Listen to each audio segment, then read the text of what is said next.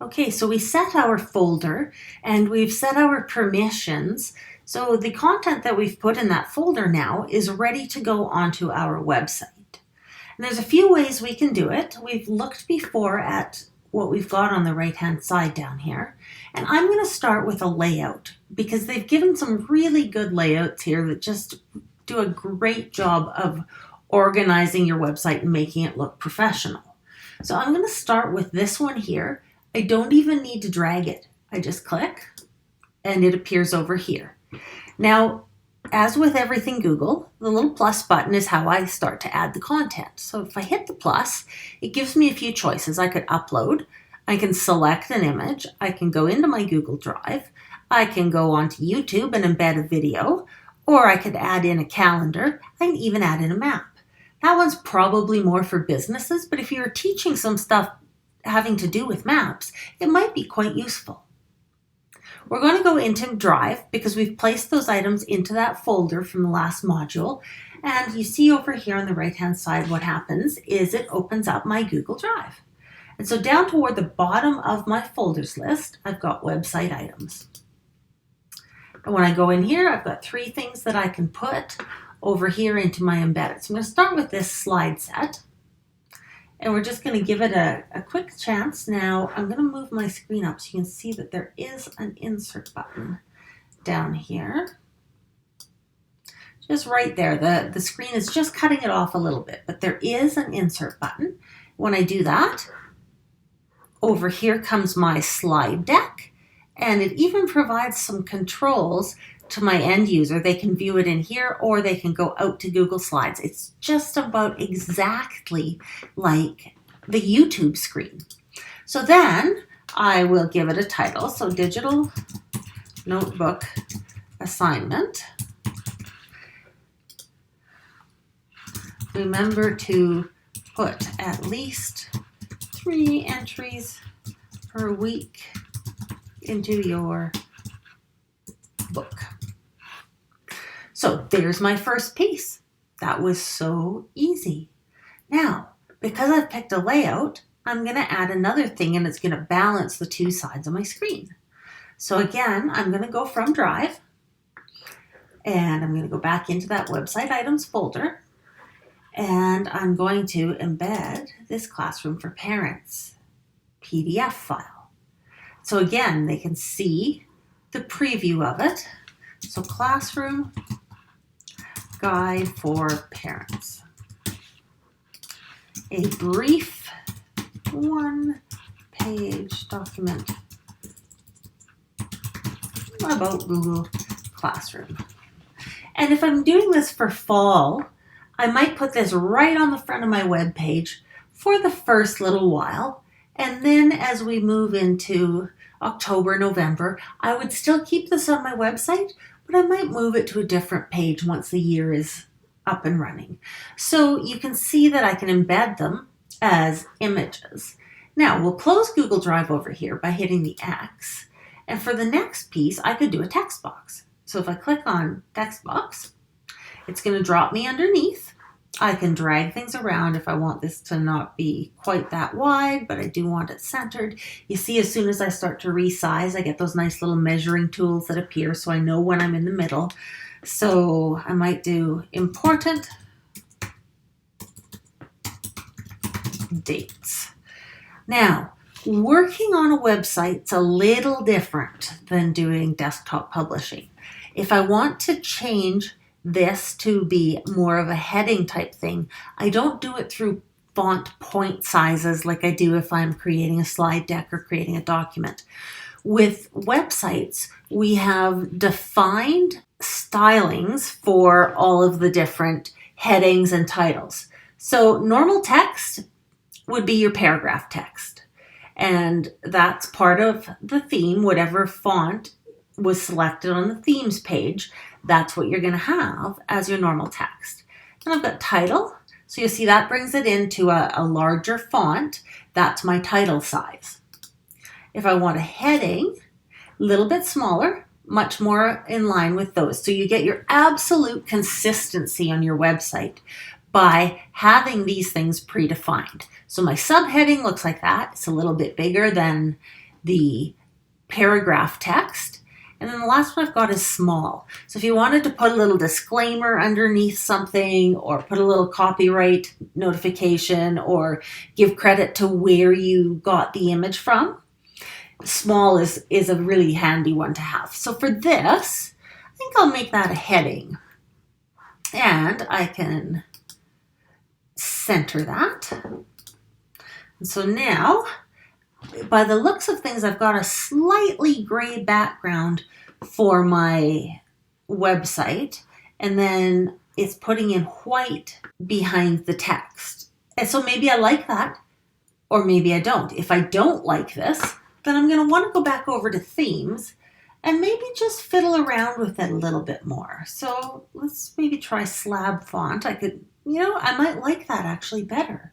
Now, if I want not that gray background, I might have to pick a totally different styling or a totally different theme for this.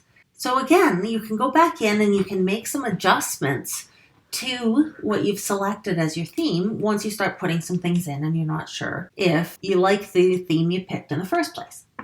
Now I'm going to add a divider. And funny, if we look up here, I see nothing about it. In the layouts, I see nothing about it. Then I can start to get into some of the fancier stuff. If I want a divider, it's right here. So I'm going to click on that, and I got a lovely little divider, matches my theme.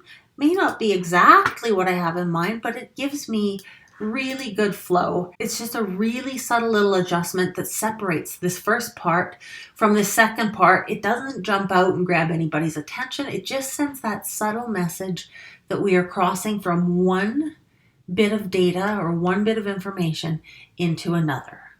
So now if I wanted to, I could embed a calendar under here for important dates. So maybe let's do that. Let's come over here, let's hit embed. And what I either need the URL, so that's the web address of the calendar, or if I can get it, the embed code is even better. So let's go over to my Google Calendar. I'm going to embed my own calendar. So when I hover, I'm going to see a kebab menu. When I click on that, I can go into my settings and sharing. And what I want to do is I want to scroll down past all the people I've shared it to, all of that, other notifications, integrate calendar. And right there is the embed code. So I'm going to click in, I'm going to press Control A to select it all. Then I'm going to press Control C to copy it. Now, I come back over here to my classes and I click on the embed and I have the embed code. So when I paste that here, there's a calendar. And if I insert that, we now have my calendar embedded onto this website. Now I could drag this out and make it the full width if I wanted to. Looks like kind of optimum is about there. So I'll let it just recalibrate and then I'll just kind of drag that over to the middle. Now I can make an adjustment to the background on this section if I wanted to. Let's go with emphasis 2. So I can put a dark gray background. You're not going to have a full set of colors here. You're going to have the colors that correlate back to your theme. The theme is really important in web work. Let's take a look at emphasis 1. Okay, so that's got a light gray on it. If I'm still not digging this, I can go back to the themes again and I can try some different colors. Now let's see, that changed up at the top. Now let's check what we get for colors here. Emphasis 2. That gives me a teal green. So maybe now I'm wanting to go with this theme because as things are starting to come together, I'm liking that teal on the important dates. It seems to sit just a little bit off, but I'm going to have to live with that. There are things I can control and there are things that are simply not worth my time. So now I've got some dates on my calendar. I've got the main project. I've got some info for parents. I may be ready to publish this now. So when I click on publish, it brings up what the web address will be. Now you'll note that under here, that's where the whole web address is. So we start off, everybody's website starts off with sites.google.com/cesd73.ca because that's our Google account. That's our Google campus for Chinook's Edge. And then after that is the specific name of your website. Who can view my site? Anyone in Chinook's Edge. I want to make an adjustment to that because that doesn't let parents see it. that doesn't let public see it. No babysitter can look at it. So I'm going to change that. Anyone, and there we go. We've got the globe setting, and you've seen that probably on other social media before. That means anybody in the world can see it, and it's defined right here. Anyone can find and view the published version. So I'm going to save that. And now my website is published. So I'm going to hit done. And to get the address, we see it here. So let's just go publish. It's publishing it. Then if I need that, up there is the link. So I can copy the link. There's my web address. So anytime I'm looking for my web address, I can retrieve it by the published site link up here. Now we want to look at our site as though we were somebody from the general public. So we're going to imagine that, the kids have a babysitter, but they need to consult the website for something, and babysitter's helping them. So I'm going to test this out to see how it looks to the general public, and I'm going to do that with what Google calls an incognito window. Because right now, I'm signed into Chrome, and I'm authoring this website. So if I go to test the website with the published site link, it's going to show up for me because it's my website. So what I want to do is I want to open an incognito window. And to do that, you're going to press Control, Shift, and N together. So if I go Control, Shift, N, there we go. There's my incognito window. So it says you can browse privately.